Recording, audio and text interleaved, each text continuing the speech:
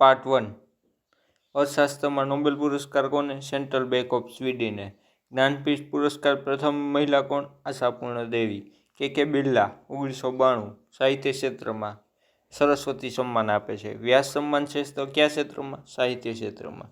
તાનસેન સન્માન મધ્યપ્રદેશ દ્વારા શરૂ કરવામાં આવ્યું. ઓસ્કર એવોર્ડ કોને આપે છે? કોના દ્વારા અપાય છે?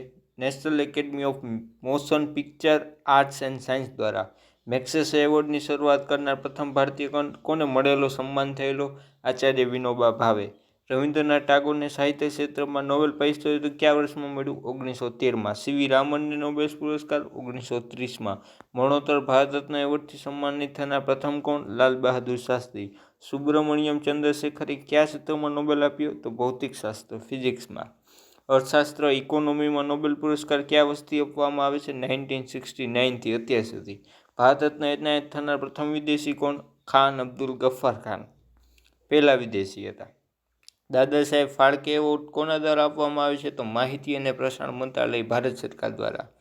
એમાં બેસ્ટ હીરો તરીકે શાહરૂખ ખાન અને બેસ્ટ ફિલ્મના ડાયરેક્ટર છે જે એનિમલ મૂવીના એને આપવામાં આવેલો છે આ વર્ષે. પછી બેસ્ટ કોમિક ફિલ્મ તરીકે અને બેસ્ટ મસ્ત ફિલ્મ તરીકે 12th ફેલને આપવામાં આવેલો છે. પછી દાદા સાહેબ ફાળકે એવોર્ડ મેળવનાર સૌપ્રથમ કોણ હતા? શ્રીમતી દેવિકા રાણી. જ્ઞાનપીઠ પુરસ્કાર મેળવનાર પ્રથમ હિન્દી લેખક તો સુમિત્રાનંદન પંત. સરસ્વતી સન્માનનો પ્રથમ પ્રાપ્તકર્તા તો હરિવંશરાય બચ્ચન, અમિતાભ બચ્ચનના પિતા. ભારત રત્ન સન્માનિત પ્રથમ વ્યક્તિ તો ડૉક્ટર રાધાકૃષ્ણન. ઉપરાષ્ટ્રપતિ પ્રોફેસર અમર્ત્ય સેનને કયા વર્ષમાં અર્થશાસ્ત્રમાં નોબેલ પુરસ્કાર મેળવ્યો? તો 1998 1998માં.